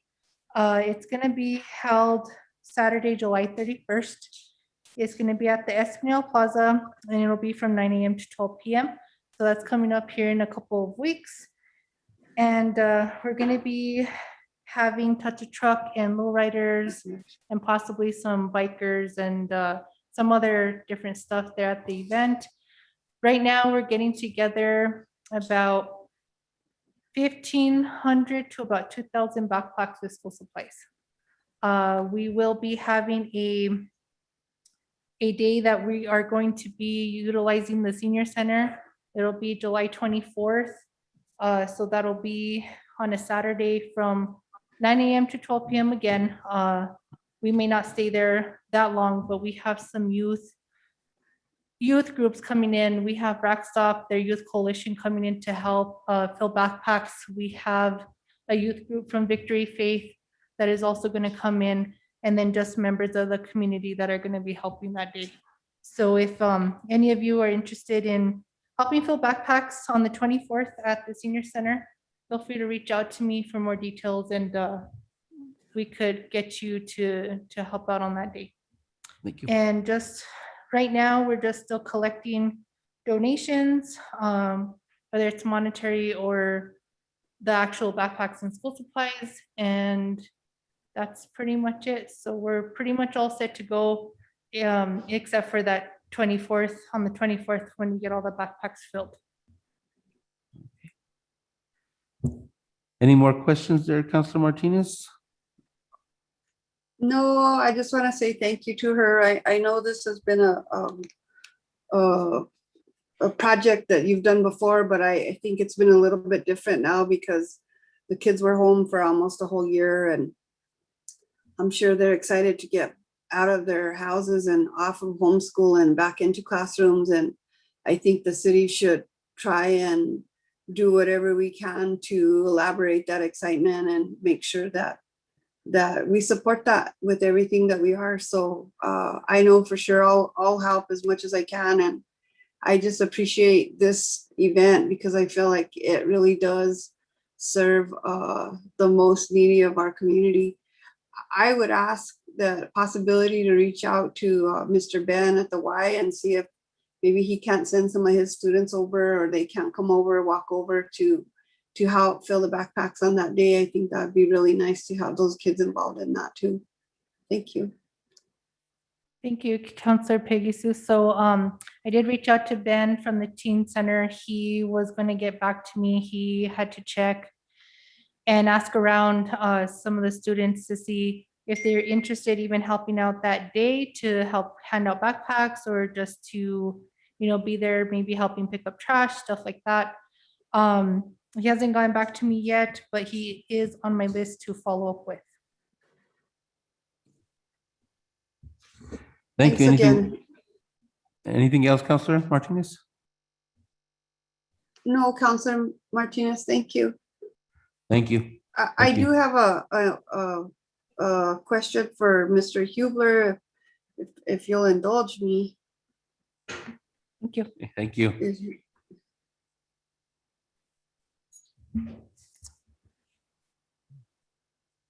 Go ahead, Counselor. Thank you, Mr. Hubler. So as I mentioned to you before privately, that I do have some constituents that have concerns about farm animals. I know the ordinance reads animals. It doesn't necessarily only say domesticated animals. So I'm curious where we're at with that and what's happening in that regard. Could you share a little bit about that, please? In regards to the animal control ordinance that we currently have? Yes. I've not been doing any work on the animal control ordinance, although the chief is up for his presentation next, so maybe he can address some of those, because that's all handled through his office. As Okay. far as, kind of domesticated animals or exotic animals. Under the planning and land use side, the only thing we have currently on the books relates basically to livestock and is pretty limited to allow basically, cattle in R1 districts and such. So we've been working on that kind of thing, but no changes on that have happened yet. And under the ordinance with animal control itself, maybe for chief, where are we at with that as far as turkeys, roosters, chickens, that type of farm animal? Could you touch base on that, chief, please? Thanks. So none of those were included in the animal control ordinance. Currently, they were only ever, potentially addressed under the livestock and the development ordinance. So would that mean that in any residential area, if a person wants to put up a chicken coop, there's no ordinance as far as to? So we currently do not have good language on that. We started working back in 2019 to update that language and had a hearing before the Planning and Zoning Commission. We didn't have any recommendations to move it forward at that point. So the city's not been enforcing anything related to kind of domesticated fowl like chickens and turkeys since that point, since it was kind of in process. But that's not explicitly covered in the animal control ordinance. That's more the dogs, cats, alligators, emus, etc. So the current ordinance reads animals. It's not specific. Am I correct, sir? Under the animal control ordinance, I don't have it in front of me now, but I believe that it was primarily written for the kind of domesticated animals, dogs and cats. And then it did have some language in there around exotic animals that weren't permitted, including things like alligators and monkeys and emus. But it didn't have anything to address kind of the the livestock, that was already covered poorly in the Chapter 350 Development Code, but dealt more with large livestock. There wasn't good language around things like chickens and turkeys, or even goats or those kinds of things. So that's what we had started working on a couple of years ago, and it's still in progress.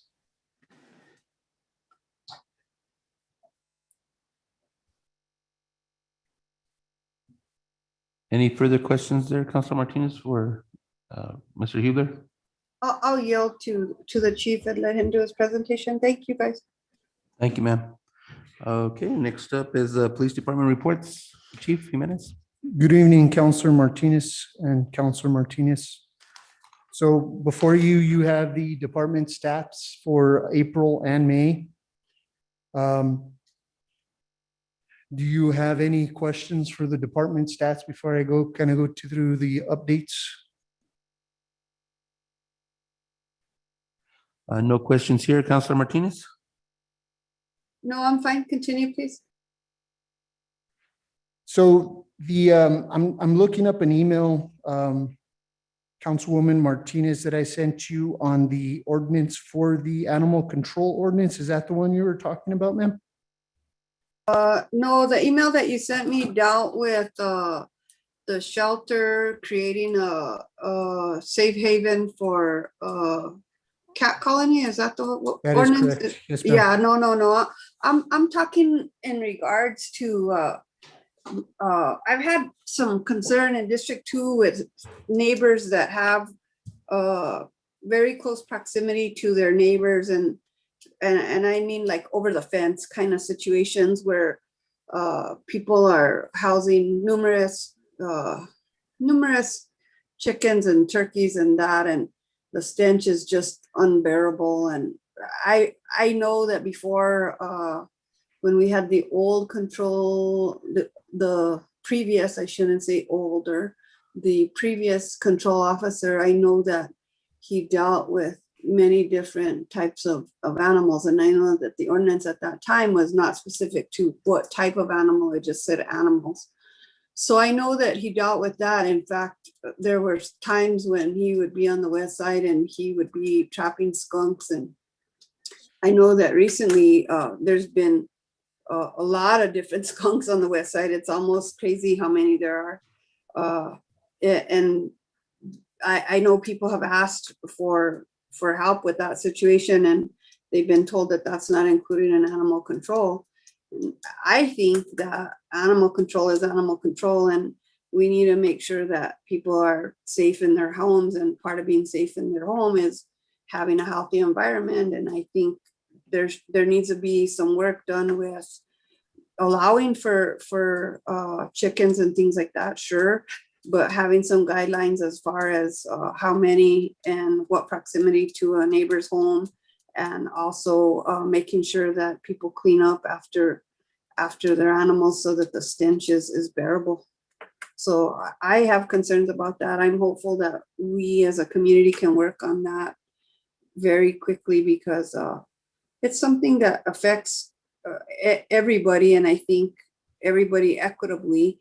And I mean, it can happen that your neighbor just decides to get a colony of whatever, and before you know it, your quality of life is really being affected. So I totally get when people call me about these concerns, because they're frustrated and it's hard, and they feel like the city should be helping them with the situations. I remember probably 5 or 6 years ago, I remember somebody off of McCurdy Road getting cited for farm animals in that area. So I know we used to do that. I don't know what has happened since then, but I just am curious as to if we can move on trying to help this situation. So I'd just like to hear people's thoughts on that. Thanks. Yes, ma'am. So I would suggest maybe getting together, and I know that counselors have the authority to create an ordinance or amend an ordinance. If that's something that we would look into or want to look into, I can definitely ask our animal control officer, Mr. Benavides. He's very knowledgeable in that sense, and I'm sure he wouldn't mind to help out. I know we were having an issue with roadkill, all types of roadkill, not just skunks, but dogs, cats. And we were having an issue with disposing of them correctly. And it's my understanding North Central does not have a place for us to dispose of. So we have to go through the animal shelter and do dispose through them. But of course, we have to do so with their permission and when their hours permit. So those are some of the things that we do have barriers or obstacles for. So, again, if you want to talk offline, we're happy to do so, and I can get him involved in it, and he can educate probably all of us, including myself, on things we can or shouldn't do or can do. Yeah, I think it's something that we should definitely look into. As far as roadkill, I really feel like we need to be really careful how the officer handles those situations, because someone I know works at the state scientific lab, and I know for a fact that there is rabies in this area, especially with skunks and such. So I think it's something that we just really need to be aware of and be very careful when we're handling those situations. I don't know if how they dispose of them over there, or what they do with them, or if they even get tested when they get picked up like that or whatever. But it can be dangerous dealing with that type of a situation. So I just hope that we're taking precautions that we need to be taking. Thank you. Yes, ma'am. You can go ahead and continue, sir. Thank you, sir. So if you all haven't been keeping up with the state legislative session this last year, we had a lot of public safety bills that the lawmakers were trying to pass. Unfortunately, not a lot of them were in favor of public safety, in my opinion. One of the big ones that recently passed was a House Bill 4. And what I'll do is I'll send it to all the counselors tomorrow and kind of educate you all. But right now, the department is trying to mitigate some of those liability issues. Is right now, House Bill 4 allowed for state litigation or state lawsuits at the district court level. It used to be they had to go to the federal court level.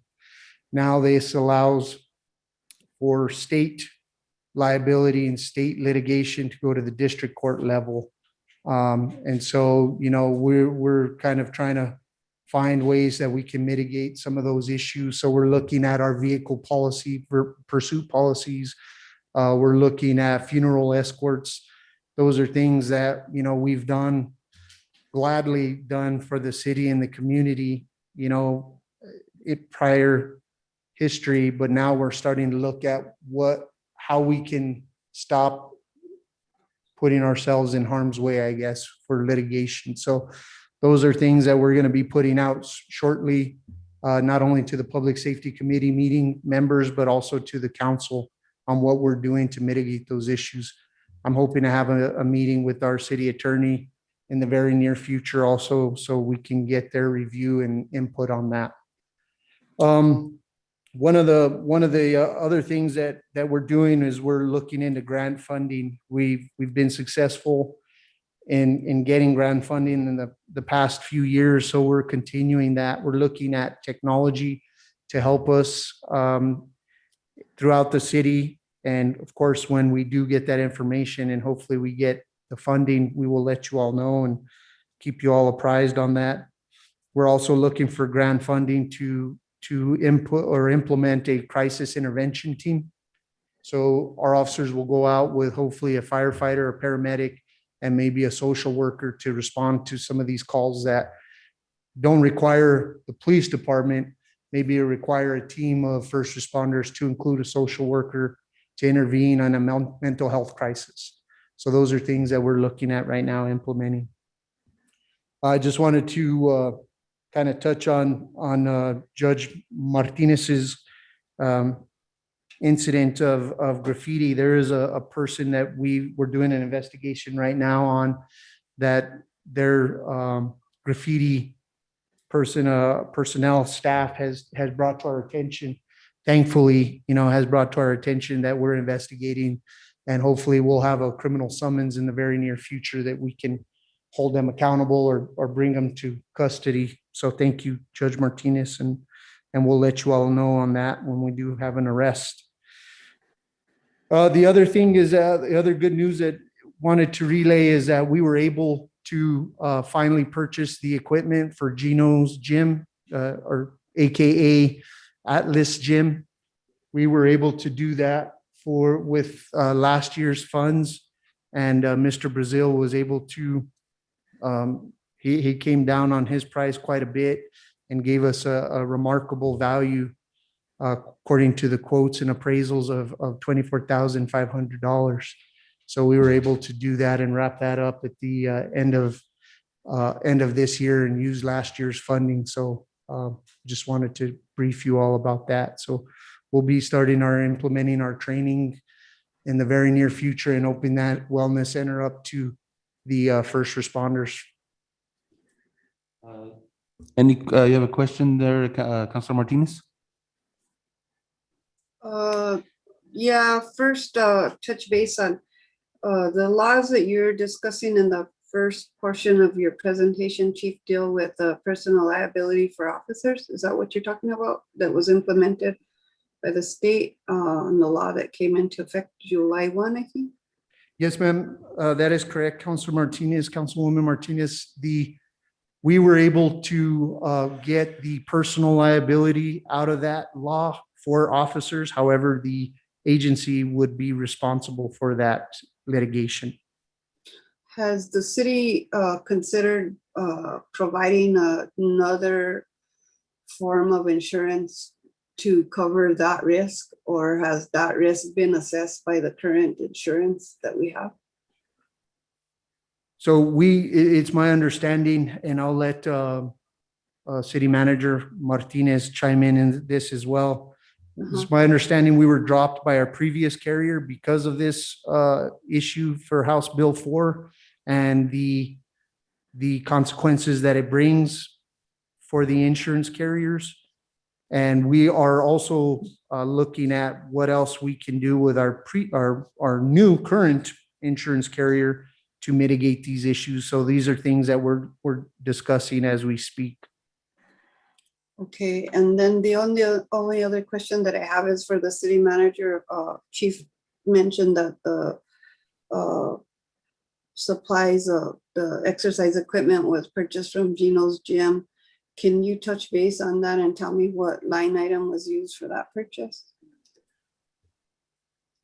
Yes, Councilor Martinez. So it wasn't one specific line item, since it was already the end of the fiscal year. We had to do a bar and pull money from several line items to complete the $24,500 for the purchase. Okay, thank you very much. Continue, sir. If there's any other thing you need. I do want to just kind of touch base with Councilwoman Martinez's request for the speed trailer. Ma'am, I did send an email to Lieutenant Richard Trujillo requesting that speed trailer be moved as soon as possible. So he's probably going to be reaching out to you for a specific location. So I sent you an email and just wanted to apprise you of that. Just so that you know, Chief, it was Zuni Lane. It's off of McCurdy. It's Yes, the second to the last street on the west side of McCurdy before you get to Fairview Lane, traveling south. Okay. Thank you, ma'am. Thank you, sir. Anything else for me, sir? No, sir. Thank you. Thank you very much. Thank you, Chief. Next up is our fire department reports.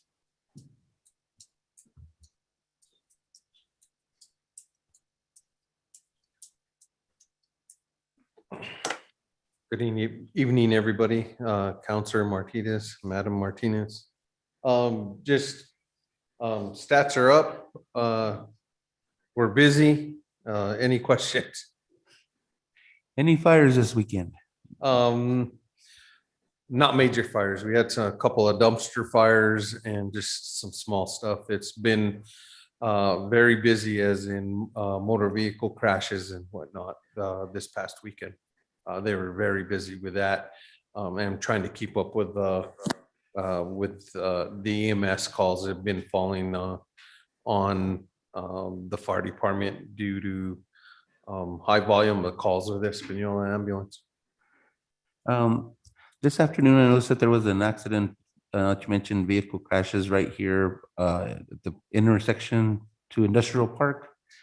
And I've noticed that there seems to be a few there happening at, I mean, it seems like every time I go to lunch, there's an accident, or in the evening, there's an accident. Is it just people just not know, paying attention as they're driving, or is there something with that intersection lights that need to be looked at, or what do you think as? In that area, I think what it is people try to beat the light as they do on Vietnam Veteran Drive, as well as that intersection. And then it's a little more high speed off that intersection. So when we do have an accident there, it's pretty significant. Okay. Any questions, Councilor Martinez? I just had a question concerning the fireworks and how that just seems to continue on and on and on. And I've had numerous calls from constituents concerned for their pets.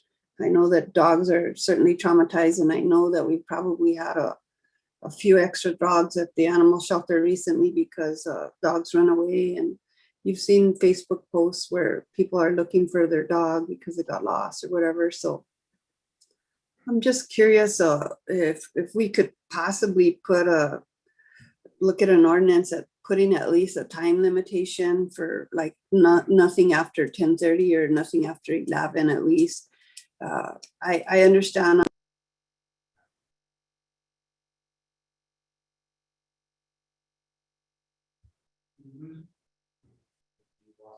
We lost her.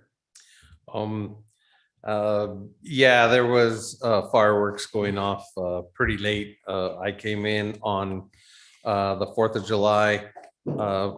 I came in at about 5 and I was out till about 11:30, and they were still going. A matter of fact, I returned to my home in Alcalde and they still kept on going till about 1:30 in the morning.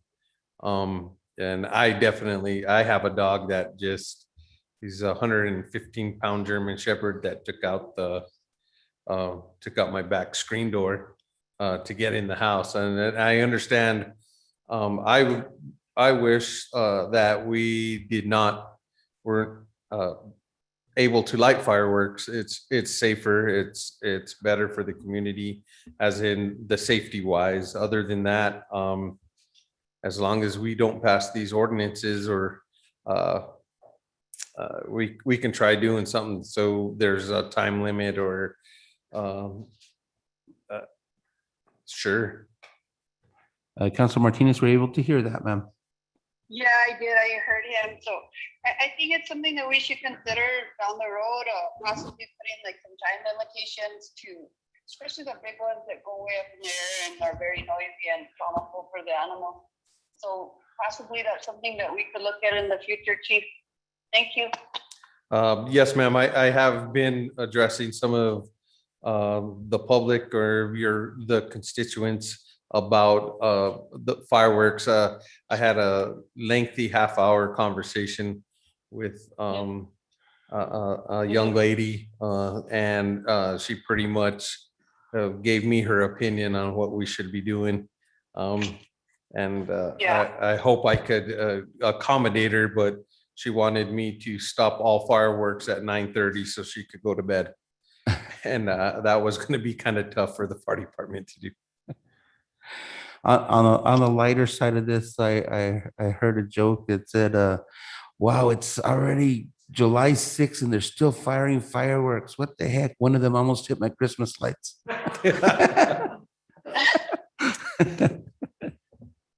That's all we have from the fire department. Oh, okay. That would be pertinent to Kaya Martinez, ¿verdad? It might be. Any further questions for the chief there, Councilor Martinez? No, I don't have anything left. Thank you. You're welcome. Thank you, chief. Next we have from the courts, Ms. Honorable Judge Martinez. Counselor Martinez. We have submitted our packet, and it's probably time for you folks to go on about your business. I'd be more than happy to answer any questions if there's any questions you wish to ask me, either about generally about the way the court is running at this time, what we've done, what we've accomplished, or specifically about the statistics in the packet. Any questions, Councilor Martinez?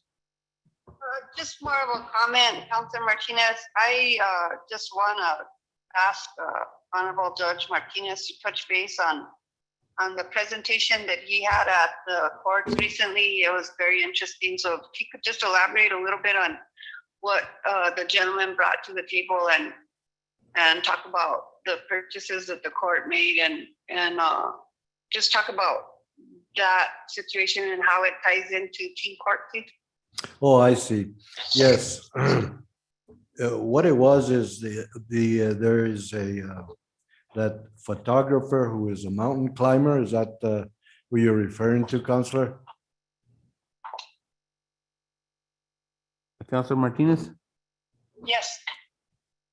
So I and the mayor attended that presentation of the gentleman that was a photographer, and I would urge any of you that get a chance to stop by the courts and look at the work that he had showing. And it's amazing to see some of those things. And I feel like that gentleman could probably be a mentor for some of our kids as far as rock climbing and things like that, extreme sports, because he's really, really incredible at what he does. And I think it was really awesome to see. So some of the pictures that he took were pictures that were from a view that no other human has seen, or views that were so out of this world. It was ridiculous.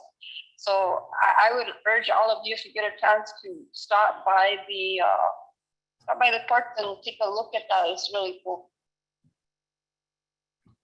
Yes, ma'am. And we invite everybody to take a walk or take a trip down there. We actually purchased, I believe it was close to a dozen photographs from this professional photographer who's also a mountain climber, and he essentially volunteered the photos to the court. I believe all we paid was $800 or $900 for all of those photos. And it's an amazing feat what that mountain climber does. We had a pretty good presentation, and well, a little war story.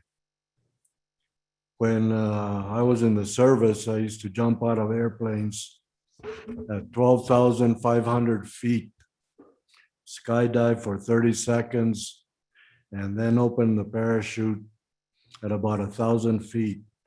Now, at my age, now that I've taken up photography, if I get any closer than 6 to 8 feet to a ledge in the canyon, my legs start trembling. So I really don't know how this individual does it, but he is a fantastic climber, and you're all encouraged to go visit us and view his artwork. Thank you. Any other questions, Councilor Martinez, or comments? I don't have anything else. Just thank him and the staff for the job that they're doing. Thank you. Thank you, sir. Counselor. Thank you, Your Honor. Thank you, Counselor Martinez. Okay, I think that brings us to the end of this meeting. We have a potential meeting, I believe it's set for August 4th, if that's correct. Okay, and if that will work with everybody, they'll get a hold of us. And I think that's it. So this meeting is adjourned.